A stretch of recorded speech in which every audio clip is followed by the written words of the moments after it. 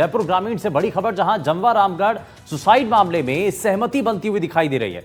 21 लाख रुपए संविदा पर नौकरी, एक डेयरी बूथ और प्रधानमंत्री आवास योजना में मकान देने पर सहमति बन चुकी है।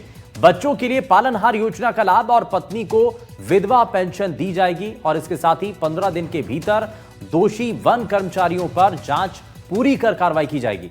साथ ही लाठीचार्ज के लिए डीएसपी समेत अन्य पुलिस कर्मियों के खिलाफ आईजी स्तर पर भी जांच करवाई जाएगी। नरेश मीणा ने अपनी तरफ से 1 लाख, पूर्व विधायक गोपाल मीणा ने 1.5 लाख परिजनों को देने का ऐलान किया है। तो जमवा रामगढ़ सुसाइड मामले में फिलहाल सहमति बनती हुई दिखाई दे रही है और इस मामले को लेकर के, क्योंकि नरेश मीणा भी पहुंचे थे, लगातार इस मामले को लेकर के समर्थन कर रहे थे, लेकिन फिलहाल परिवार के लोगों के साथ प्रशासन की बातचीत सिरे चढ़ गई है, सहमति बन चुकी है।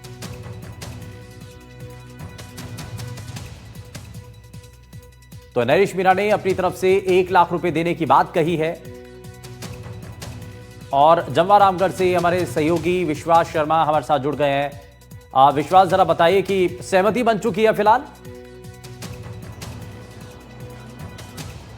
जी बिल्कुल, देखिए जो लगातार 3 दिन से तनावपूर्ण यहाँ पर मामला बना हुआ था, उसके बाद में अब सहमति जो है बन चुकी है और जो विक्रम है, जो मृतक हैं, उनका अंतिम संस्कार भी कर दिया गया है। फिलहाल हम उस जगह पर मौजूद हैं जहाँ से सारा घटनाक्रम शुरू हुआ।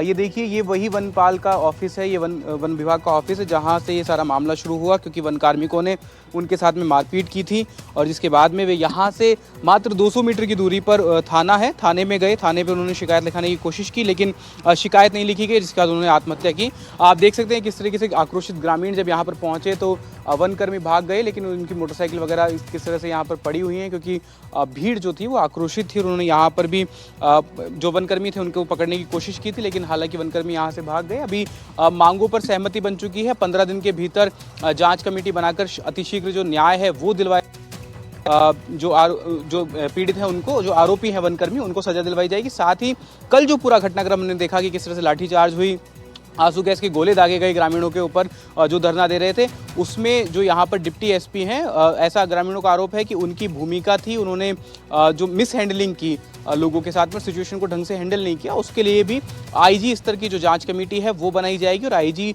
लेवल का जो अधिकारी है वो इस पर पूरे मामले पर जांच करेगा। और अगर डिप्टी की भूमिका कहीं इस तरह की पाई जाती है कि कोई उनसे लूप होल रहा, किसी प्रकार की कोई चूक हुई, मिस हैंडलिंग हुई, तो उन पर भी कार्रवाई होगी। ग्रामीण यहाँ पर मौजूद हैं, उनसे बात करते हैं। अब मामले पर सहमति बन गई है, किस तरीके से क्या पूरा घटनाक्रम रहा? जो भी कल की जो घटना थी वो एक बहुत निंदनीय घटना थी।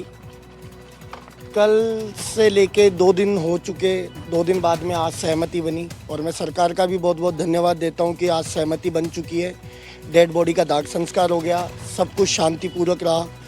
धरना 2 दिन जारी रहा। धरने में काफ़ी आसपास के लोगों, आसपास के क्षेत्र से काफी। ये बताइए कि आप ग्रामीणों का आरोप है, आप लोगों का आरोप है कि यहाँ पे पुलिस जो है वो उसने ढंग से संभाला नहीं चीज़ों को, लाठीचार्ज करने की आवश्यकता नहीं। इसमें जो ग्रामीणों का आरोप है वो डिप्टी का सबसे बड़ा इसमें योगदान रहा लाठीचार्ज करने में, कि डिप्टी ने यहाँ लोगों को खदेड़ा और बुरी तरीके से काफ़ी सारे लोग घायल हुए।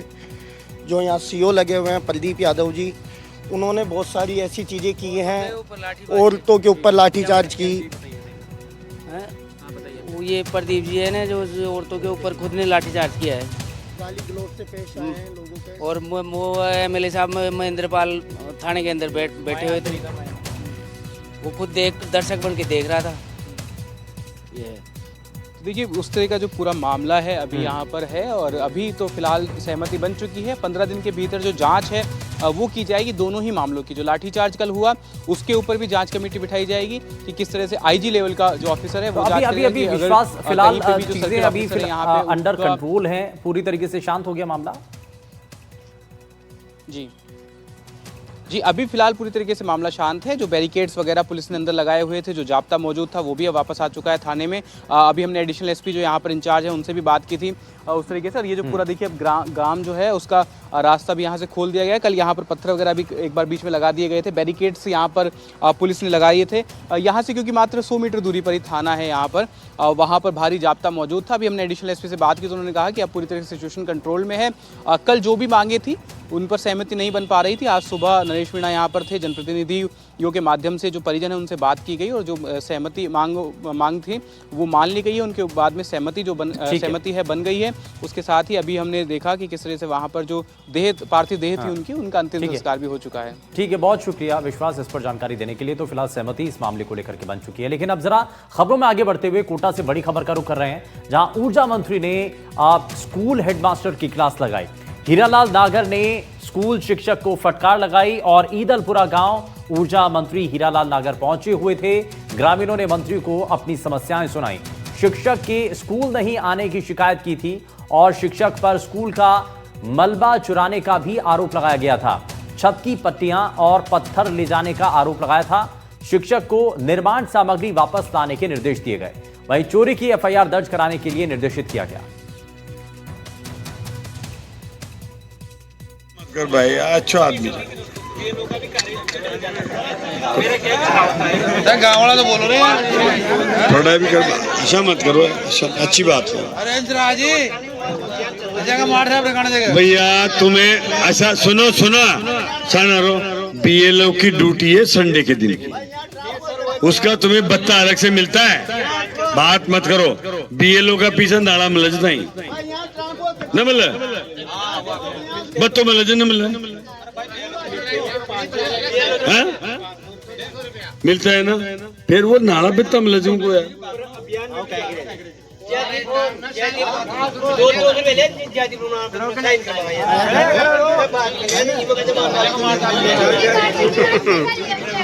तो कदम मग काय ना करू गो गलती। और यार रुक रहे एक छोटे से ब्रेक के लिए, आप कहीं मत जाएगा, बने रहिए एनडीटीवी राजस्थान के साथ।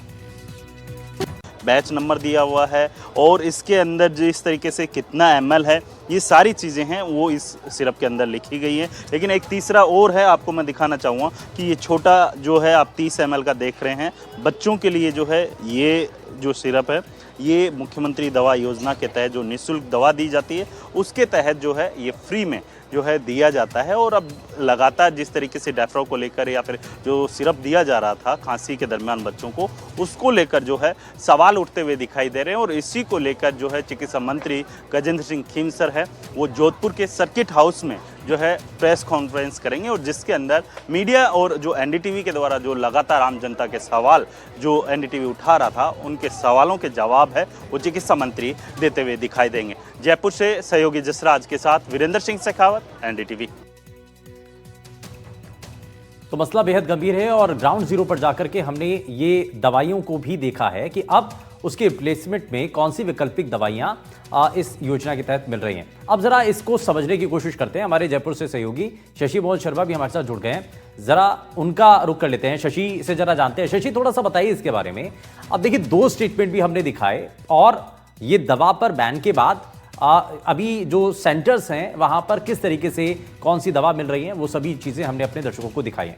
लेकिन जरा सबसे पहले उस पर एक रिएक्शन कि पहले स्वास्थ्य मंत्री का जो स्टेटमेंट आता है, क्लीन चिट मिल जाती है, ड्रग कंट्रोलर की तरफ से भी इसको क्लीन चिट दी जाती है। वहीं पूर्व मंत्री राजेंद्र राठौर इसको लेकर अभी भी सवाल उठा रहे हैं कि सिस्टम में कहीं तो कोई गड़बड़ी है। देखिए, राजेंद्र राठौड़ का सवाल उठाना अपनी जगह है। उनका ये कहना है कि अगर कफ सिरप को क्लीन चिट दे दी गई है तो क्या केवल इस क्लीन चिट से काम चल जाएगा। और चिकित्सा मंत्री चूंकि राज में है, सरकार में है, इसलिए जवाबदेही उनकी भी बनती है। लिहाजा वो अभी पिछले कुछ दिनों से अपनी माताजी के निधन के बाद ज़्यादातर समय खींवसर में दे रहे हैं। उनको वही पता है जो अधिकारियों की टीम ने बताया है और अधिकारियों ने उनको ये बताया कि किसी भी बच्चे की मौत इस कफ सिरप से नहीं हुई है। क्या ये दावे से कहा जा सकता है? क्योंकि एक भी बच्चे का पोस्टमार्टम तो हुआ ही नहीं है और अगर पोस्टमार्टम नहीं हुआ है तो मौत के कारण का पता ही नहीं चल सकता है आपको। नंबर 2, ये कहा जा रहा है कि किसी भी बच्चे की प्रेस्क्रिप्शन पर डेक्स्ट्रोमेथोर्फिन सिरप नहीं लिखा गया। ये बात सही है, लेकिन डेक्स्ट्रोमेथोर्फिन के अलावा सिरप कौन कौन से दूसरे उपलब्ध हैं? आपके डॉक्टर्स क्या केवल कफ सिरप लिख के दे रहे हैं, फिर फार्मासिस्ट उसको डेक्स्ट्रोमेथोर्फिन पकड़ा दे रहे हैं? क्या आपने फार्मासिस्ट को इस बात के लिए ताकीद कर रखा है कि अगर जब तक दवा का प्रॉपर नाम नहीं लिखा है प्रेस्क्रिप्शन पर तब तक आपको दवा नहीं देनी है? फिर अगर ऐसी चीज़ें होंगी तो परिजन परेशान होंगे, फिर निःशुल्क चिकित्सा योजना पर फिर से, दवा योजना पर फिर से सवाल उठेंगे और ये कहा जाएगा डॉक्टर दवा का नाम नहीं लिखते हैं। डॉक्टर अगर ये लिख देंगे पेट दर्द की दवा है, फार्मासिस्ट की जो इच्छा होगी वो दवा देगा। डॉक्टर लिख देंगे किसी पेशेंट के लिए कैंसर की दवा देनी है और फार्मासिस्ट की जो इच्छा होगी वो दवा देगा, तो डॉक्टर की ज़रूरत नहीं रह जाएगी। इसलिए डॉक्टर को भी अपनी जिम्मेदारी समझनी होगी। लेकिन चिकित्सा विभाग ये कह रहा है कि 2021 की जो guideline DGHS, director general health services, ministry of health यानी केंद्रीय स्वास्थ्य मंत्रालय की तरफ से जारी की गई थी कि डेक्स्ट्रोमेथोर्फिन 4 साल से कम उम्र के बच्चों को नहीं देनी है, उसी तरह की गाइडलाइन राजस्थान में भी जारी कर दी गई है। लेकिन सवाल ये उठता है कि ये गाइडलाइन जारी कब की गई है? क्या बच्चों की मौत से पहले ये गाइडलाइन जारी कर दी गई थी, या बच्चों की मौत हुई, इतना बड़ा इशू हुआ, NDTV राजस्थान ने प्रदेश की जनता की बात रखी, उसके बाद इस मुद्दे को समझते हुए फिर गाइडलाइन जारी की गई?